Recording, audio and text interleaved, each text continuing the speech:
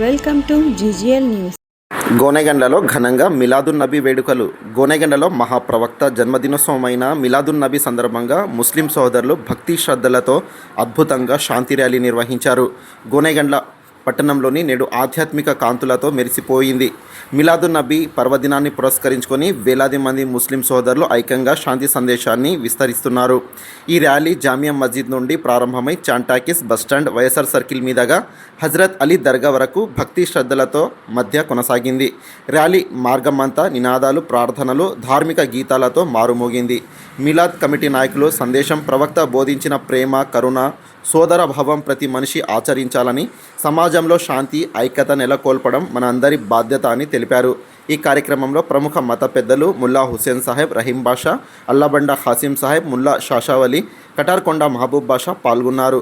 అలాగే నాయకులు షెక్షావలి, గానిగే బాషా, ముల్లా ఖాసిం వలి, నగరి దావుద్ తదితర నాయకులు హాజరై కార్యక్రమాన్ని విజయవంతం చేశారు.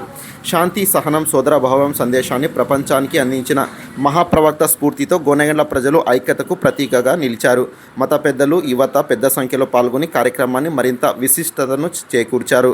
తాజా అప్డేట్స్ కొరకు జీజీఎల్ న్యూస్ను ఫాలో చేయండి.